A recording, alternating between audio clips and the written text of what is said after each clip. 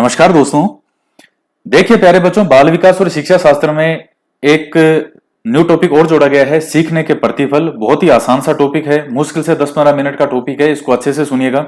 Main theme आपके समझ में आ गई तो आपका कोई भी इससे जुड़ा हुआ क्वेश्चन गलत नहीं होगा।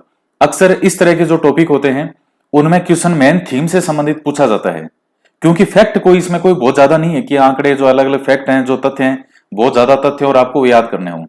वो आपसे इसके अर्थ के रूप में ही कुछ लाइन देगा और आपसे पूछेगा कि बताइए ये क्या है। तो इसलिए इसको अच्छे से समझिएगा। शुरू में आपको मेन जो इसकी थीम है वो समझा रहा हूं, उसके बाद में कुछ महत्वपूर्ण जो भी बातें हैं वो हम आगे देखेंगे। तो अच्छे से समझिएगा इसको। सीखने के प्रतिफल यानी लर्निंग आउटकम। अब देखिए, नाम के अंदर ही इसका अर्थ छिपा हुआ है, लर्निंग। लर्निंग क्या होता है? सीखना। और इसका शुद्ध और टर्म क्या है? अधिगम।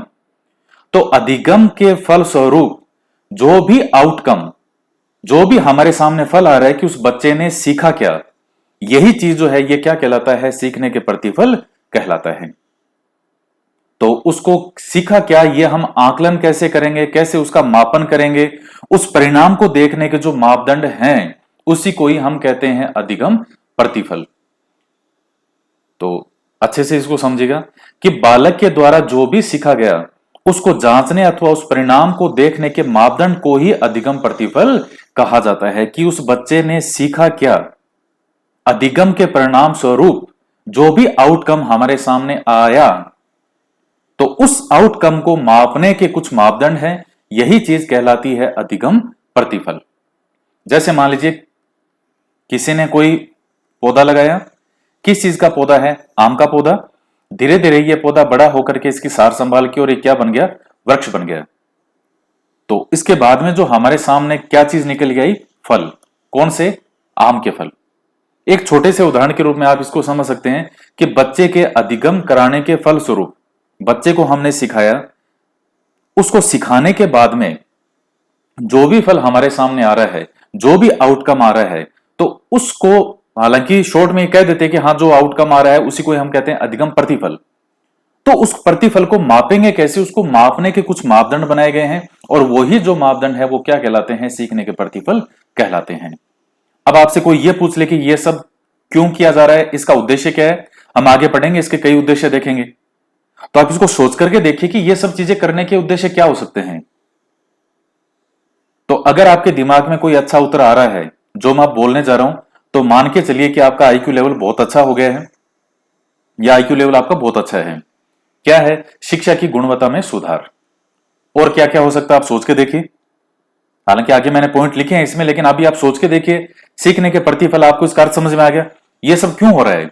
क्यों हम ये मापदंड जो अलग अलग मानक हैं इनकी सहायता से हम ये मापने का प्रयास करेंगे कि अधिगम प्रतिफल क्या हुआ है, कितना हुआ है। तो एक तो हो गया गुणवत्ता में सुधार। दूसरा, बच्चे का सर्वांगीण विकास, संपूर्ण विकास। केवल एग्जाम में नंबर ही अच्छे नहीं, संपूर्ण उस बच्चे का विकास करना। और इसके अलावा और क्या क्या हो सकता है? जो निरंतर बच्चे की उन्नति होती रहे, लगातार उन्नति हो, यानी सतत विकास। बस यही चीजें इसके उद्देश्य हैं।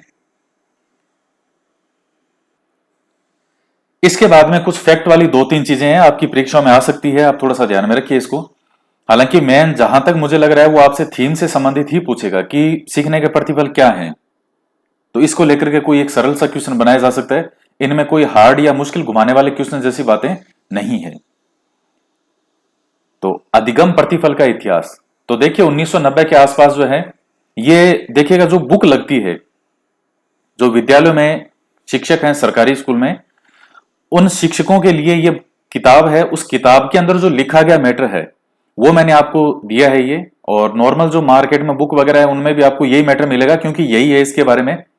तो एज इट इज जो मैटर है, वो जो फिक्स मैटर है इसका, वही आपको पढ़ना है और उसी मैटर में से आपका क्वेश्चन बनेगा। तो 1990 में जैसे दक्षिण अफ्रीका और ऑस्ट्रेलिया जैसे देश हैं, इनमें इसकी शुरुआत होती है। इसके बारे में क्या? अधिगम प्रतिफल यानी लर्निंग आउटकम्स के बारे में। इसके बाद में 1994 यानी 1994 में जो अमेरिका है उसके द्वारा इसको अपनाया गया। भारत में 1986 की जो शिक्षा नीति है, इसके पश्चात में इस चीज पर विशेष बल दिया। क्या? कि जो सीखने के प्रतिफल हैं वो केवल यही नहीं बताता कि शिक्षकों के द्वारा अपनाई गई शिक्षण पद्धति कैसी होनी चाहिए, क्या बताता है केवल के साथ जो विद्यालय प्रबंध समिति के सदस्य हैं, बच्चों के संरक्षक हैं, माता पिता हैं, जो शिक्षा अधिकारी हैं, राज्य स्तर के हो, समुदाय जो भी शिक्षा अधिकारी हैं, उनकी गुणवत्तापूर्ण शिक्षा सुनिश्चित करने में उनकी भूमिका के प्रति उनको सतर्क और जिम्मेदार भी बनाता है। तो ये मुख्य उद्देश्य है इसका। तो यह आप थोड़ा ध्यान में रखिएगा इसको कि इसका उद्देश्य क्या है। तो वो हो गया। इसके बाद में एनसीईआरटी जो नई दिल्ली द्वारा अधिगम प्रतिफल का निर्धारण किया गया। तो हम जो भी पढ़ेंगे कि अधिगम प्रतिफल के बारे में क्या है, कैसे है, इसकी विशेषताएं वगैरह है, उद्देश्य वगैरह है, वो सब किसके द्वारा निर्धारण है? एनसीईआरटी के द्वारा। तो बस ये छोटे छोटे फैक्ट हैं। ये आसान सा, बहुत आसान टॉपिक है, ऐसा इसमें कुछ नहीं है। अगर आपकी मेन थीम समझ में आ गई तो आपके कोई दिक्कत नहीं होगी। और मेन थीम इसकी क्या है कि बच्चा जो सीख रहा है वो क्या सीख रहा है, कितना सीख पा रहा है, इन चीजों पर नजर बनाए रखने के लिए बच्चा कितनी उन्नति कर रहा है, उसके लिए कुछ मानदंड बनाए गए हैं जिनके आधार पर इसको मापा जाता है, आकलन किया जाता है। एक तरह से जांच आप कह सकते हो। तो वही चीज है अधिगम का प्रतिफल या सीखने के प्रतिफल या लर्निंग आउटकम। इसके बाद में आता है कि सीखने के प्रतिफल के उद्देश्य क्या क्या हैं। तो मैंने आपको ऊपर बताया था, और जो इसकी बुक है जिसमें ओरिजिनल बुक के बारे में ये लिखी हुई है सारी एज इट इज, जो चीजें मैंने कही थी आपको सोच के देखिए क्या क्या इसका उद्देश्य हो सकता है। कोई भी चीज देखिए, कई बार इस तरह के क्वेश्चन एग्जाम में आते हैं और वो लास्ट में इस तरह के क्वेश्चन बना के देते हैं और फिर डी ऑप्शन में रहते हैं उपरोक्त सभी। तो उनमें उपरोक्त सभी हो जाएगा जब इस तरह के हो कि इसका क्या क्या उद्देश्य हो सकता है। कोई क्वेश्चन अगर आपने नहीं भी पढ़ा हो और उसमें शिक्षा से जुड़ा हुआ हो और इस तरह का कोई हो कि सरकार ने ये क्यों किया होगा और उसमें इस तरह के पॉइंट हों जहां गुणवत्ता में सुधार, सर्वांगीण विकास, तो फिर वो उपरोक्त सभी उसमें लगभग होता है। तो क्या उद्देश्य है अधिगम के प्रतिफल का, सीखने के प्रतिफल का? भाई जो मापदंड है वो क्यों है? कोई तो उसका उद्देश्य होगा कि सरकार ये बार बार नई नई जो चीजें लेकर के आती है, ये क्यों लेकर के आती है? तो विद्यार्थी का सर्वांगीण विकास हो। केवल ऐसा नहीं है कि वो नंबर ही लेकर के आए, मार्क्स ही अच्छे लाए, उसका संपूर्ण विकास होना चाहिए, कंप्लीट डेवलपमेंट। शिक्षा की गुणवत्ता में सुधार, एजुकेशन की जो गुणवत्ता है उसमें सुधार, उसके लिए लगातार प्रयास करना। आरटीई 2009 के अनुसार 6 से 14 वर्ष के बच्चों को गुणवत्तायुक्त शिक्षण सुनिश्चित करना। तो वही बातें घूम फिर के है। तो मुख्य रूप से देखिएगा कि गुणवत्ता में सुधार करना और विद्यार्थियों का सर्वांगीण विकास करना। इसके अलावा बच्चे के जो माता पिता हैं यानी अभिभावक हैं, तो उनको जागरूक बनाने के लिए जो बच्चों की उपलब्धियां और उनकी जो भी उन्नति है उसको शिक्षक के द्वारा अभिभावकों से साझा करना। तो ये भी इसका उद्देश्य है। नेक्स्ट है बच्चों के सीखने और निरंतर प्रगति के स्तर को जांचने के लिए तय मानदंडानुसार क्रियान्वयन करना। तो वही चीज है कि बच्चों के ये जो अधिगम के प्रतिफल का हमने अर्थ देखा, वही उद्देश्य है कि बच्चा क्या सीख रहा है, कितनी उन्नति कर रहा है। तो उसको आप मापेंगे कैसे, कैसे जांचोगे? तो उसके लिए कुछ तय मानदंड जो है उसके अनुसार उनको एग्जीक्यूट करना। तो ये इसके उद्देश्य हैं। अब आता है कि सीखने का जो प्रतिफल है, अधिगम के जो अधिगम प्रतिफल या सीखने के प्रतिफल या लर्निंग आउटकम, तो इसके कौन कौन से प्रकार हो सकते हैं? तो सिंपल से प्रकार हैं। एक देखिएगा आता है संज्ञानात्मक कौशल। इसकी जगह जो कौशल है कई बार ये भी लिखा जाता है, कई बार लिखा था रणनीति। वो एक ही चीज है, जो बुक्स में टर्म दोनों ही लिखी हुई है। संज्ञान, अब देखिए संज्ञान, अब संज्ञानात्मक कौशल में क्या होगा, ये मैं कई बार, अगर आप शुरू से साइकोलॉजी अगर आपने पढ़ी है मेरे से और बहुत अच्छे से आपने पढ़ा है, एक एक वर्ड को सुना है, बहुत अच्छे से रिवीजन किए, तो आप ये तो कम से कम सीख गए होंगे कि किसी चीज को कैसे पढ़ते हैं, कैसे उसको याद करते हैं, कैसे समझा जाता है। इनका अगर अंदर का अर्थ आप ना भी देखो तो भी आप कुछ हद तक अंदाजा लगा सकते हो कि इसमें क्या होगा। संज्ञान, संज्ञानात्मक कौशल। तो अब संज्ञान से मतलब यह मानसिक से संबंधित है। नई विषय वस्तु को सीखने के लिए अपने सोचने विचारने की प्रक्रिया में जो परिवर्तन करता है बालक, जो विद्यार्थी, जो अधिगम करता, जो बच्चा, तो वही किस चीज में आता है? इसी में संज्ञानात्मक कौशल या संज्ञानात्मक रणनीति के अंतर्गत आता है।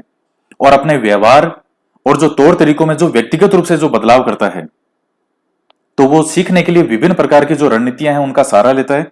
यही चीज सीखने का प्रकार जो है ये संज्ञानात्मक रणनीति या संज्ञानात्मक कौशल इसको कहते हैं। तो सिंपल सा है। दूसरा आता है बौद्धिक कौशल। अब बौद्धिक कौशल जो क्या होता है? समझ, ये किससे, बच्चे की समझ से संबंधित है कि कोई चीज आप कितना समझ रहे हो। कई बार जैसे मान लीजिए यहाँ यूट्यूब पे जैसे कोई वीडियो बनाया और किसी व्यक्ति का जो जन्म मान लीजिए बहुत लोकप्रिय व्यक्ति है या कोई समसामयिक का क्वेश्चन हो, और उसमें कोई व्यक्ति यार मैंने बताया कि उस व्यक्ति का जन्म 1947 में हुआ।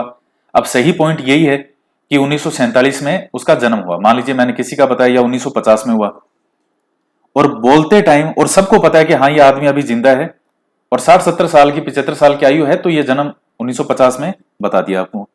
संयोग से मेरे बोलते टाइम स्लिप हो गया 1850 और मुझे भी ध्यान ध्यान में नहीं रहा बोलते हुए। अब मान लीजिए वीडियो मैंने अपलोड कर दिया, अब यहां वो बच्चे आकर के जो ये कहे सर 1850 जन्म कैसे हो सकता है, क्या इस आदमी की उम्र 150 साल है, ऐसे कैसे हो गया। वो चीज है समझ, कि भाई समझने वाला समझ जाएगा कि बोलने में स्लिप हो गया होगा। ये चीज क्या होती है, समझ।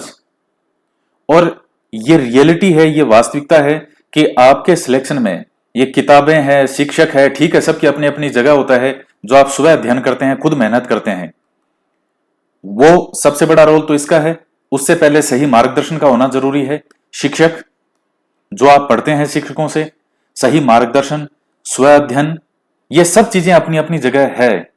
लेकिन हकीकत में फाइनल में जाकर के जो सिलेक्शन होता है वो इसी चीज से होता है, समझ से।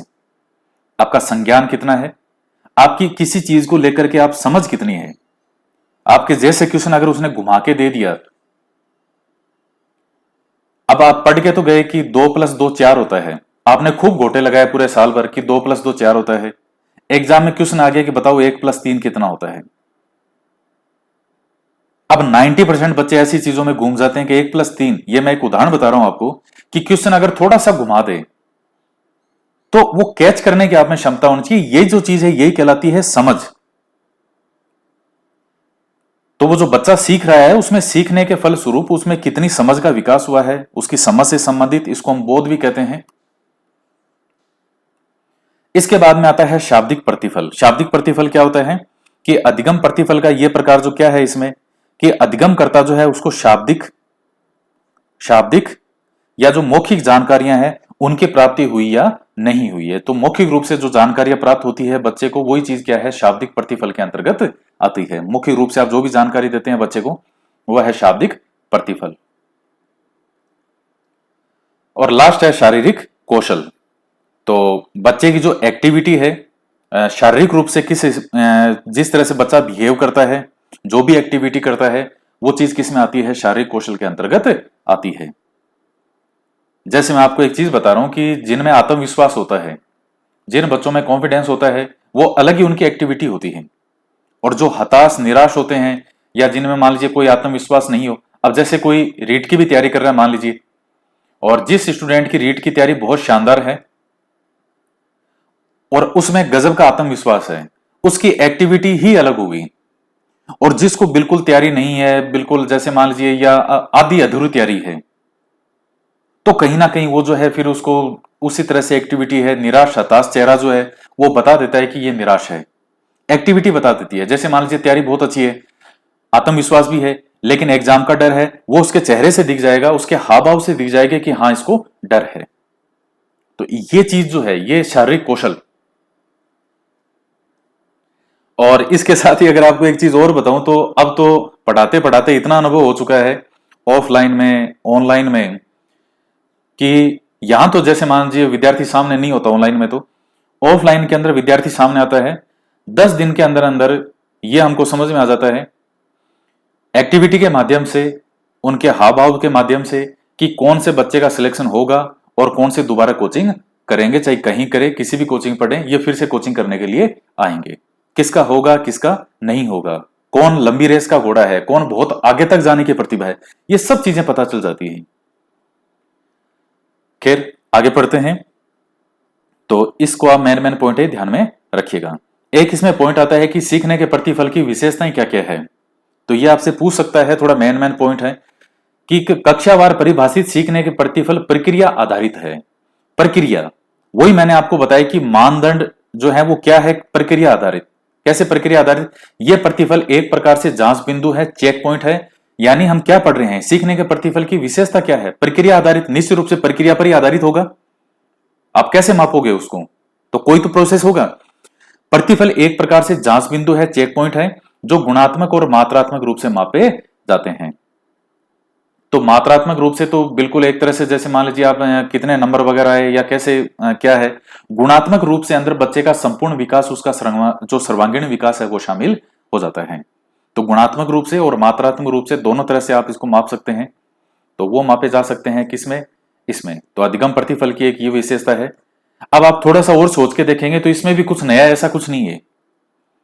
जो चीजें आप ऑलरेडी पढ़ते हैं शिक्षा में, एजुकेशन में, क्या क्या सुधार होने चाहिए, क्या नई सरकार की जो नई शिक्षा नीति क्या है क्या नहीं, वही चीजें घूम फिर के लास्ट में बात पॉइंट आना वही है। फिर उसके बाद आता है कि पाठ्यचर्या अपेक्षाओं के अनुसार सीखने के प्रतिफलों की उपलब्धि और समझ के लिए शिक्षकों की मदद हेतु प्रतिफलों के साथ साथ सीखने सिखाने की प्रक्रियाएं भी सुझाई जाती है, जो सीखने की क्रिया को पूर्ण बनाता है। तो हालांकि आप देखिएगा ये सब चीजें हैं किसके लिए है? शिक्षकों के लिए है, कि जो शिक्षक है उनको ये सब चीजें करनी है। तो एक प्रकार से आप कह सकते हो कि शिक्षकों के लिए क्या है? निर्देश है, डायरेक्शन है एक तरह से। तो पाठ्यचर्या अपेक्षाओं के अनुसार सीखने के प्रतिफलों की उपलब्धि और समझ के लिए शिक्षकों की मदद हेतु प्रतिफलों के साथ साथ सीखने सिखाने की प्रक्रिया भी सुझाई जाती है, कि किस तरह से आपको खुद सीखते लेना है, जो है सीखते रहना है, किस तरह से सिखाना है। तो इस तरह की जो प्रक्रियाएं हैं वो भी सुझाई जाती है। तो उससे जो सीखने की क्रिया को पूर्ण बनाता है। तो ये भी एक अधिगम प्रतिफल की विशेषता है। अब अगर ये नहीं भी लिखी होती विशेषता और मैं आपसे पूछता कि आप सोच के बताइए क्या क्या हो सकता है, तो भी आप बता देते इसको। नेक्स्ट है, सीखने सिखाने की प्रक्रियाएं एक एक प्रतिफल के साथ संयोजित नहीं है, अर्थात कोई एक प्रक्रिया सीखने के अनेक प्रतिफलों को प्राप्त करने में मदद कर सकती है। कोई एक प्रक्रिया, ये ऊपर वाली लाइन जो पढ़ी एक एक प्रतिफल के साथ संयोजित नहीं है, अब क्या मतलब है? कि कोई एक प्रक्रिया सीखने के अनेक प्रतिफलों को प्राप्त करने में मदद कर सकती है। एक प्रक्रिया कई प्रतिफलों को जो है प्राप्त कर सकती है सीखने में, और वही सीखने के एक प्रतिफल को प्राप्त करने के लिए एक से अधिक प्रक्रियाओं का भी प्रयोग किया जा सकता है। तो सीखने सिखाने की प्रक्रियाएं एक एक प्रतिफल के साथ संयोजित नहीं है, यानी कोई ऐसा नहीं है कि एक प्रक्रिया है वो एक ही प्रतिफल के साथ संयोजित है। आप इसका अर्थ समझिएगा, कोई ऐसा नहीं है कि जो एक प्रक्रिया है कोई मान लीजिए, और वो केवल उससे कोई एक ही आउटकम आएगा, कि एक ये प्रक्रिया है मुख्य, और इस मुख्य प्रक्रिया से केवल ये मुख्य आउटपुट ही आएगा, ऐसा नहीं है। कई बार एक प्रक्रिया के फलस्वरूप हमें कई प्रतिफल प्राप्त हो सकते हैं, और एक प्रतिफल को प्राप्त करने के लिए एक से अधिक प्रक्रियाओं का भी प्रयोग किया जा सकता है।